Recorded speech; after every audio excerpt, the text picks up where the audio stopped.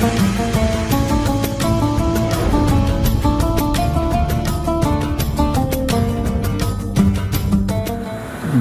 merbuk si burung balam singgah menginggap di batang yang bengkok. Ibu-ibu yang tak ngucap salam, kurasa subuh ni udah pada mengantuk. Assalamualaikum warahmatullahi wabarakatuh.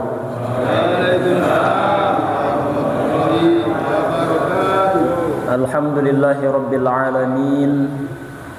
Wabihi nasta'in ala umuri dunya waddin. Wassalatu wassalamu ala ashrafil anbiya'i wal mursalin Sayyidina wa maulana Muhammadin wa ala alihi wa sahbihi rasulillahi ajma'in. Subhanaka la ilma lana illa ma'allamtana innaka antal alimul hakim. Rabbi shrah li sadri wa yassir li amri wahlul 'uqdatam min lisani yafqahu qawli. Amma ba'd. Yang kami hormati Bapak BKM pengurus Masjid Al-Huda,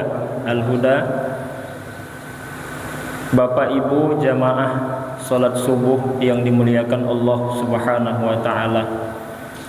Kembali kita mengucapkan syukur kehadirat Allah Subhanahu wa taala.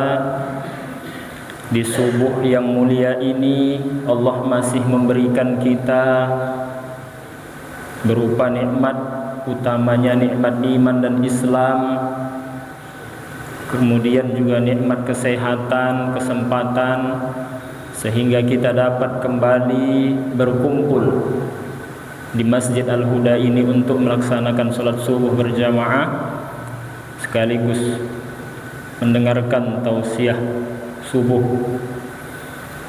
Salawat dan salam kepada Rasulullah sallallahu alaihi wasallam. Allahumma shalli ala sayyidina Muhammad wa ala ali sayyidina Muhammad. Semoga dengan memperbanyak salawat kepada beliau kita kelak mendapat syafaatnya di yaumil akhir. Amin ya rabbal alamin. Alhamdulillah, tak terasa Bapak Ibu jamaah sekalian, subuh ni sudah masuk kita puasa Ramadan yang keberapa Pak?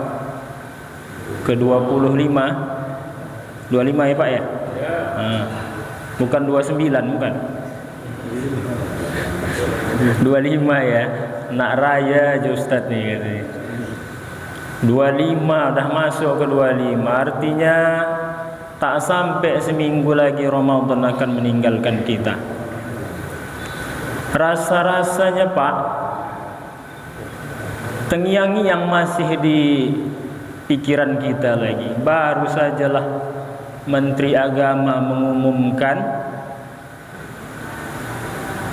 puasa Ramadan tu jatuh pada hari Kamis yang lalu tu. Tahu-tahu dah berada di penghujung awak. Begitulah cepatnya perputaran waktu Bapak Ibu jamaah yang dimuliakan Allah. Mari kita maksimalkan, kita fokuskan sisa-sisa Ramadan ini untuk beribadah kepada Allah. Tak ada jaminan buat kita untuk bertemu dengan Ramadan tahun depan, Bapak Ibu jamaah yang dimuliakan Allah Subhanahu wa taala. Saya tanya dulu Bu, kalau Ramadan ini pergi habis, sedih tidak Bu? Bu, sedih? Senang atau sedih? Bapak macam mana Pak? Sedih. Kalau ditanya nafsu, senang betul lah Pak. Pergi Ramadan ni balik awak bisa makan lagi, bisa minum lagi. Kapan aja bisa awak nak makan dan minum. Tapi kalaulah ditanya iman, tentu sedihlah. Ibu-ibu ditinggal suami aja sedih, merantau suaminya kerja. Bang, kapan balik bang? Masih itu aja ditanyanya kalau bertelepon. Tinggal suami itu kerja. Apalagi Ramadan meninggalkan kita. Tentu sedihlah Bapak Ibu jamaah yang dimuliakan Allah Subhanahu wa taala. Jangankan kita, langit, bumi dan para malaikat pun menangis ketika Ramadan pergi. Di dalam hadisnya Rasulullah sallallahu alaihi wasallam katakan, "Idza kana akhiru lailatin min Ramadan, bakatis samawati wal ardu wal malaikah. Musibatun li ummati sayyidina Muhammad sallallahu alaihi wasallam."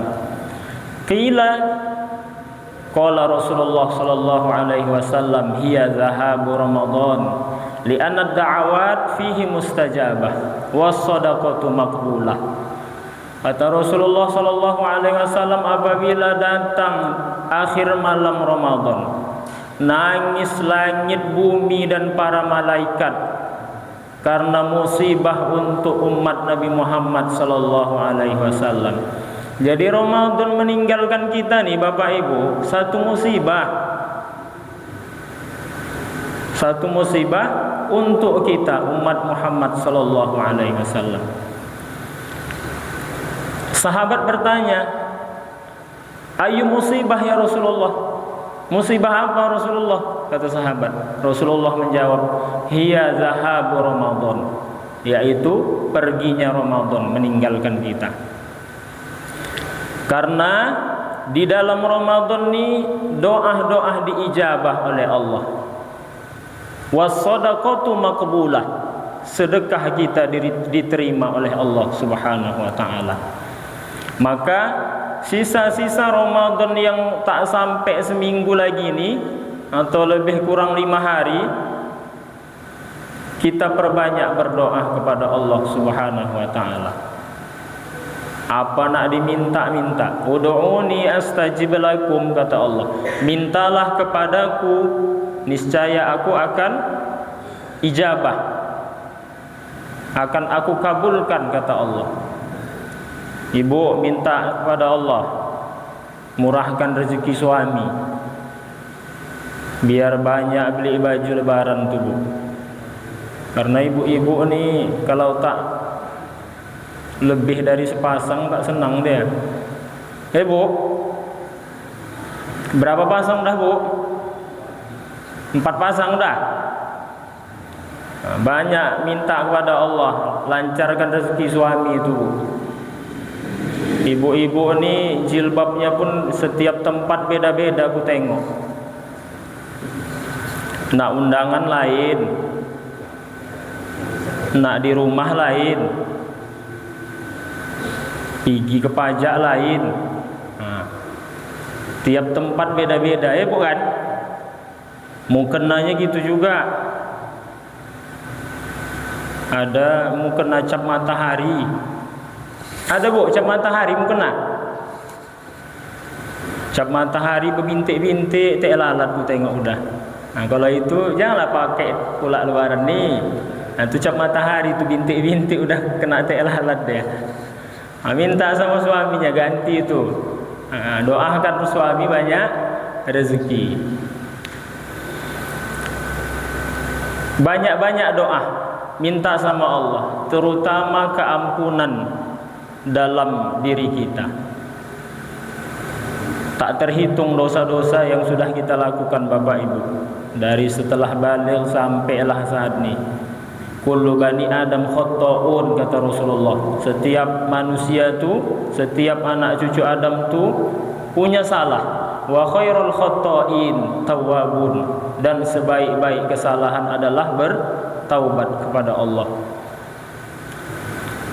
Masa muda lagi, ini lagi masa-masa semangatnya tu.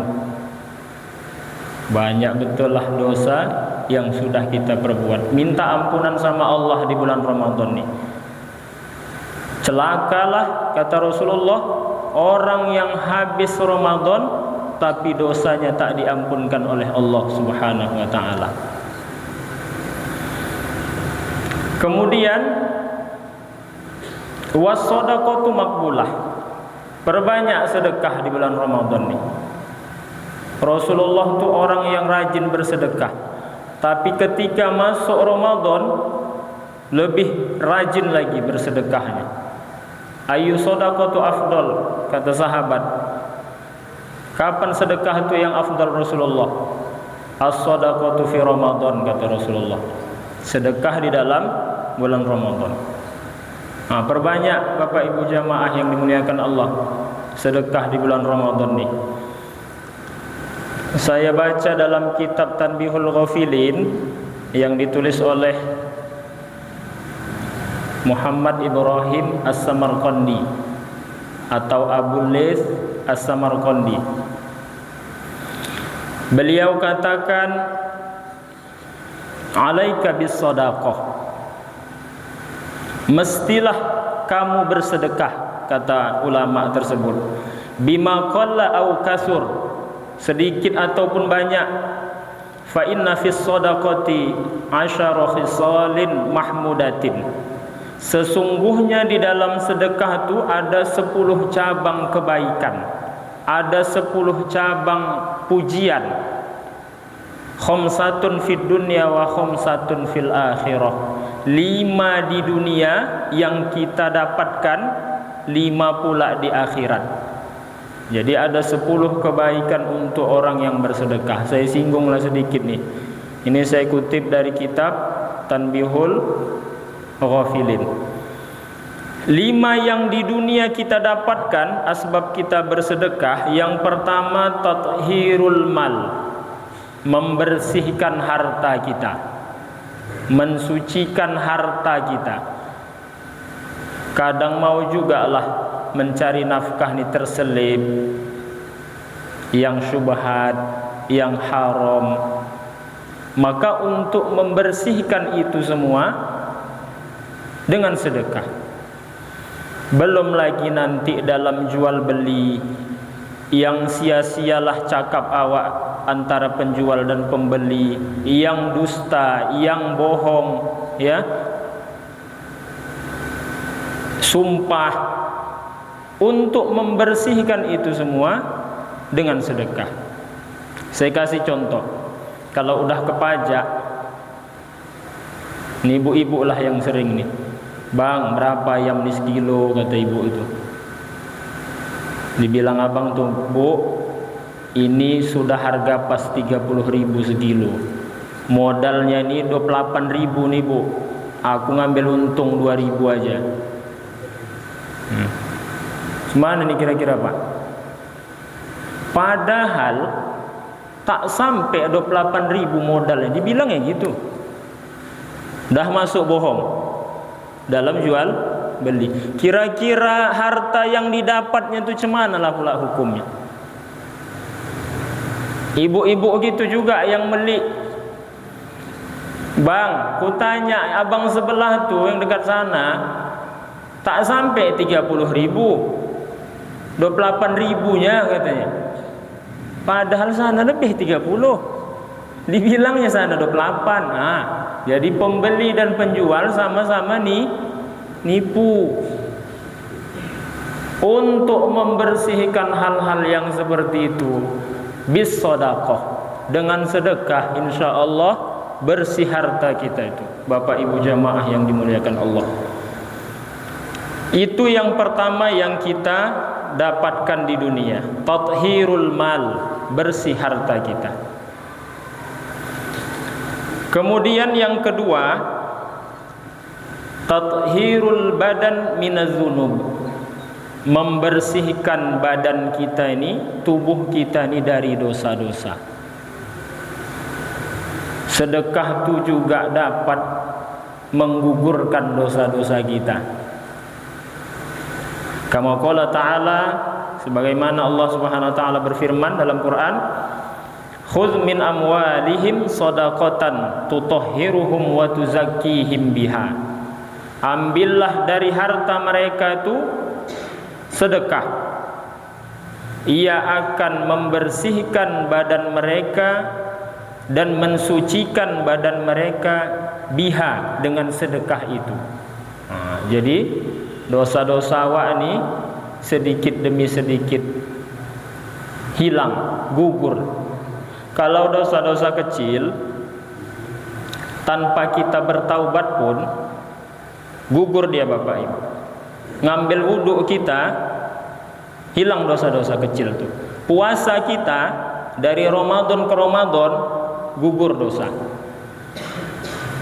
Dari Jumat ke Jumat, Jumat kita nih sholat Jumat, ke Jumat depan sholat Jumat, bisa gugur dosa. Tapi dosa-dosa kecil yang tak perlu bertaubat. Kalau dosa-dosa besar, tentu untuk menghapusnya bertaubat kepada Allah Subhanahu wa taala. Sesuai dengan rukun taubat, ada 3 tuh Bapak Ibu jamaah yang dimuliakan Allah. Menyesal, bertekad tidak mengulangi, berhenti seketika itu juga. Itu 3 rukun taubat kalau dari dosa-dosa besar.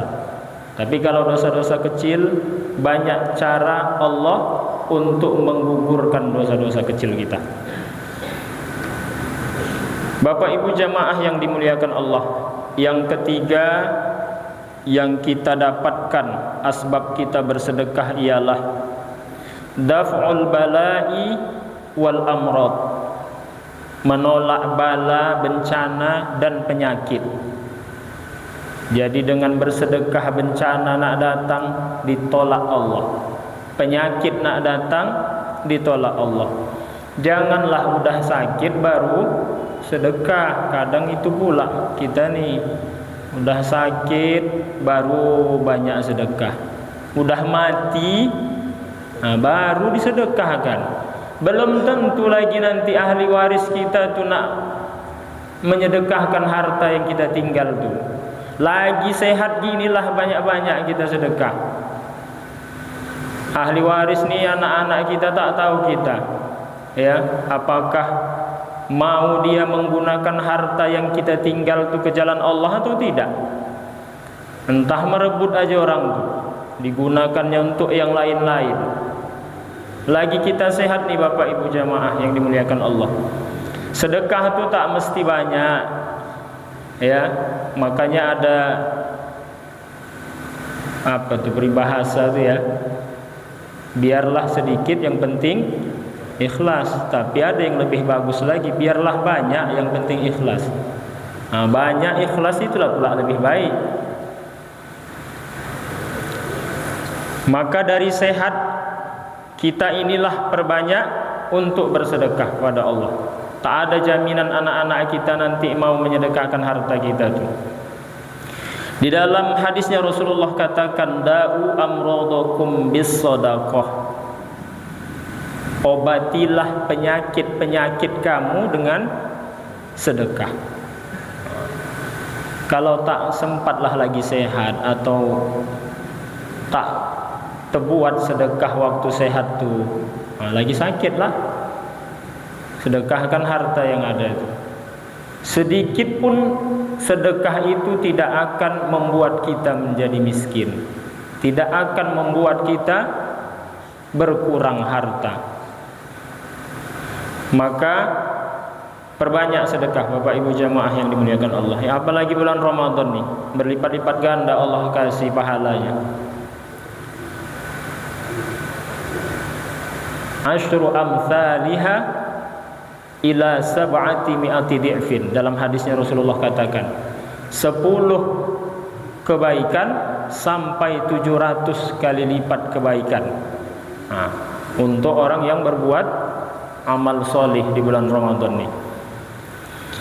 Kemudian yang keempat Bapak Ibu jamaah yang dimuliakan Allah, idkhalus surur 'alal masakin.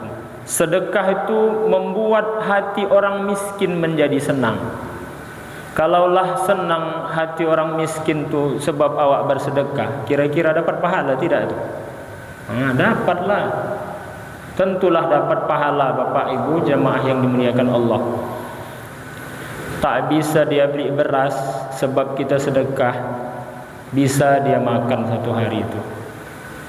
Kebutuhan-kebutuhan lain yang tak dapat dibelinya, alhamdulillah bisa terbeli.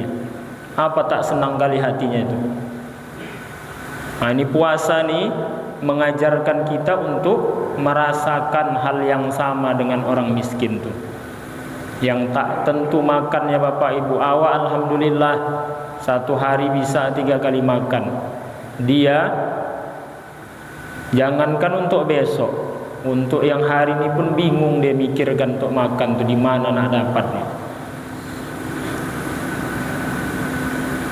Bapak Ibu jamaah yang dimuliakan Allah, yang terakhir yang kita dapatkan sebab bersedekah di dunia ini, barakatun fil mal wa sa'atun fir rizki. Keberkahan dalam harta dan membuat rizki kita menjadi luas. Makanya saya katakan tadi, sedekah itu tidak akan mengurangi harta, bahkan menjadi luas harta kita, menjadi bertambah. Itulah 5 yang kita dapatkan sebab kita bersedekah di dunia. Kemudian 5 yang kita dapatkan di akhirat nanti. As-sadaqatu zillan li sahibiha min syiddatil harri. Ini yang kita dapatkan di akhirat. Sedekah itu menjadi naungan bagi orangnya dari panasnya yang bersangatan. Ya. Di akhirat nanti padang mahsyar itu luar biasalah panasnya Bapak Ibu jemaah yang dimuliakan Allah. Dunia ini aja dah terasa panas, yang begitu jauh matahari dari kita. Apalagi di padang mahsyar nanti sejengkal di atas kepala tuh. Maka dengan sebab bersedekah ada naungan dari Allah kepada diri kita. Jadi tak panas lawak, macam dipayungi. Nah, itu keutamaan orang yang bersedekah di akhirat nanti. Kemudian yang kedua, khifatul hisab, dimudahkan hisab kita. Saat yaumul hisab dimudahkan Allah. Ya.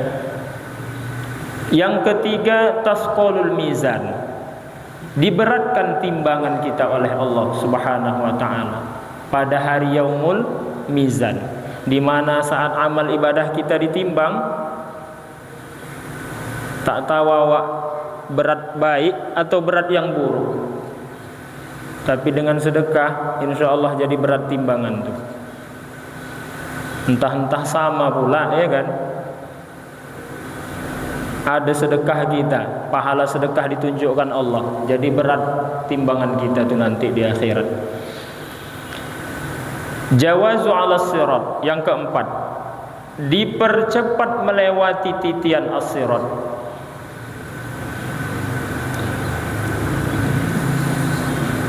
Saya baca dalam sebuah buku, nanti melewati titian as-sirat tuh Pak, Bu, macam-macam cara Allah kepada manusia ini.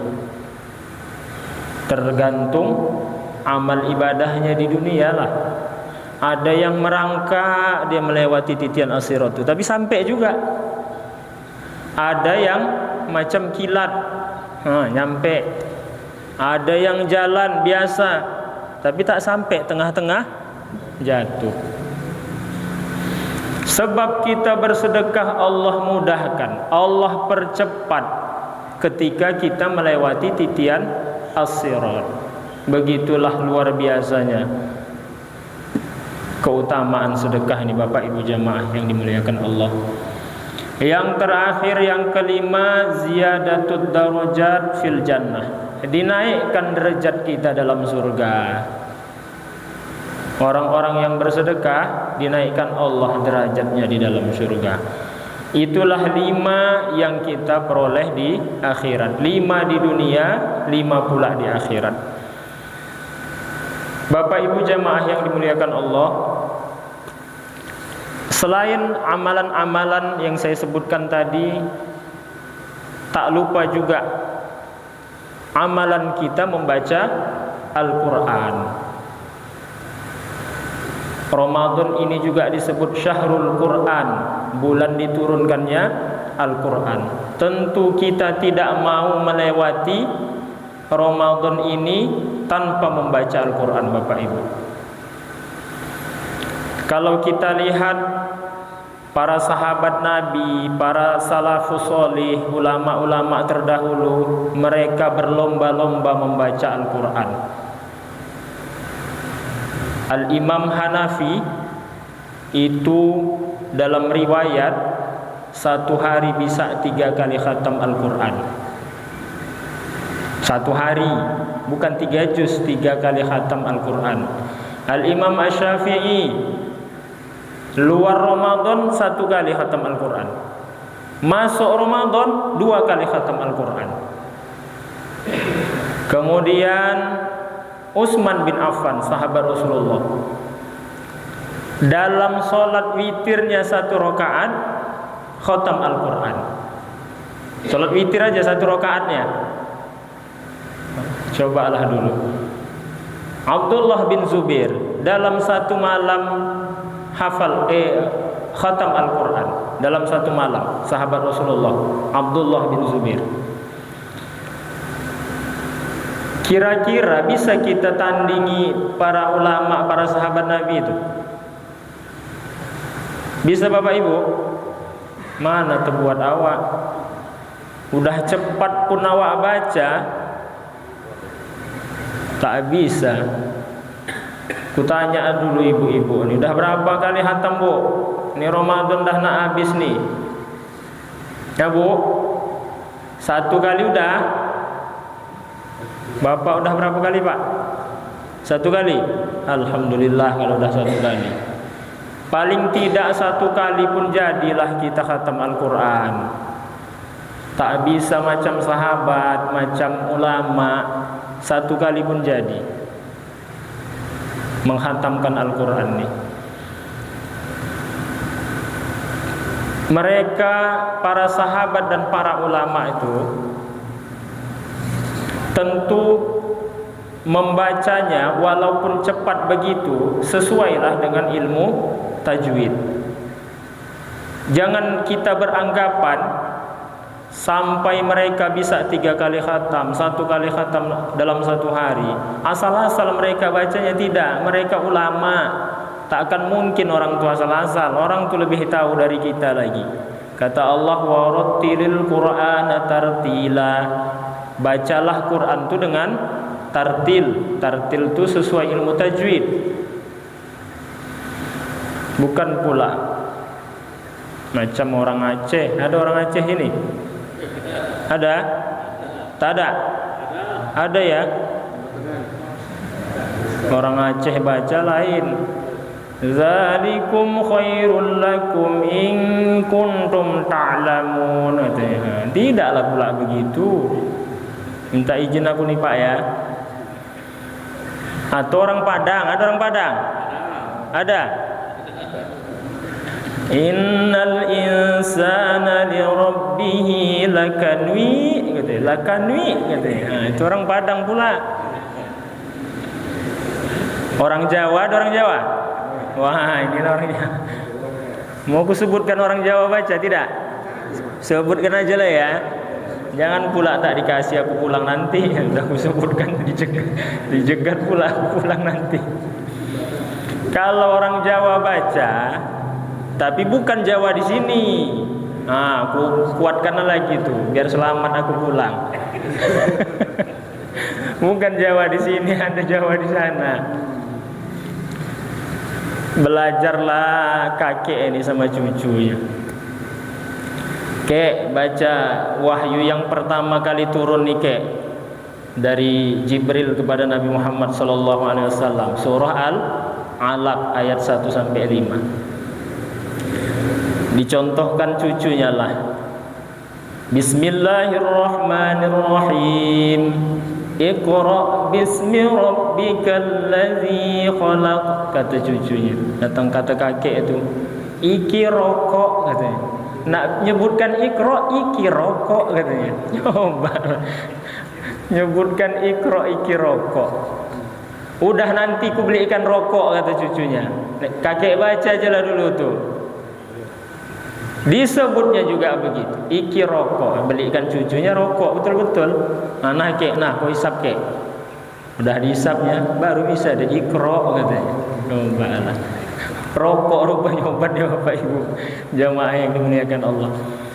Para ulama tentulah membaca mereka sesuai dengan kaidah tajwid. Tidaklah seperti yang kita bayangkan. Cepatnya mereka bisa khotam, bukan sembarangan asal membaca. Kalau kita saja serius, betul-betul fokus membaca Quran, bisa saya rasa 5 kali khatam bulan Ramadan, 4 kali bisa saya kira. Tapi betul-betul serius ya, jangan nanti malas. Nah itu kalau kayak gitu payahlah memang ya.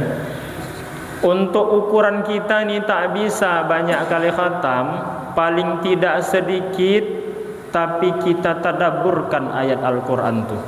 Kata Allah dalam Quran, Kitabun anzalnahu alaika mubarakun liyadabbaru ayatihi waliyatadhakkaru ulul albab. Al-Quran kami turunkan mubarakun alaika, penuh keberkahan atasmu, liyatadabbaru, untuk ditadabburkan, untuk menghayati ayat-ayatnya, dan peringatan kepada orang yang berakal sehat, liyatadzakkaru ulul albab. Jadi kalaupun tak bisa banyak-banyak kali khatam Al-Quran, paling tidak bisa kita hayati ya, kita amalkan isi Al-Quran tuh. Nah itu saya rasa lebih baik daripada awak asih cepat membaca tak masuk ke dalam hati, di mulut aja. Nak menyelesaikan banyak khatam, baca cepat aja lah. Tapi tak berbekas di hati, itu tak pakai juga. Biarlah awak lambat khatam, awak hayati ayat Quran tuh, diamalkan pula lagi, itu lebih baik ya. Bapak Ibu jamaah yang dimuliakan Allah, terakhir, janganlah Ramadan ini membuat kita termasuk ke dalam hamba-hamba Allah yang merugi. Di antaranya menyia-nyiakan waktu di bulan Ramadan ini. Habis Ramadan tak dapat apa-apa, amal ibadah tak berbekas, pribadi tak menjadi lebih baik. Sekelas Ramadan kalau tak membuat pribadi kita menjadi baik, menjadi lebih baik, maka tangisilah diri kita Bapak Ibu. Untuk sekelas Ramadan kalau tak membuat pribadi kita menjadi lebih baik, tangisi diri kita. Mungkin karena sudah pekatnya dosa itu di dalam hati, hingga cahaya Allah yang terang pun tak dapat menyentuh diri kita. Nah, itu Bapak Ibu ya. Jangan pula kita habiskan Ramadan ini untuk tidur, asik tidur aja Wak. Dari habis subuh, habis sahur, tekannya tidur sampai nak buka, zuhur asar tinggal. Itu pun buka dia terbangun karena nak buka puasa. Memang puasa ni tidur lah enaknya memang. Sedap betul tidur, tak terasa puasa tu, tiba-tiba udah buka.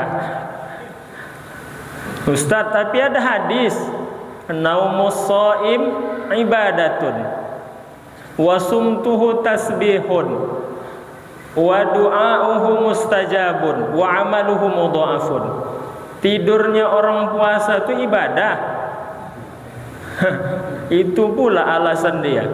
Pandai betul anak ini anak-anak nih biasa nih. Daripada aku melalak mak bagus aku tidur katanya.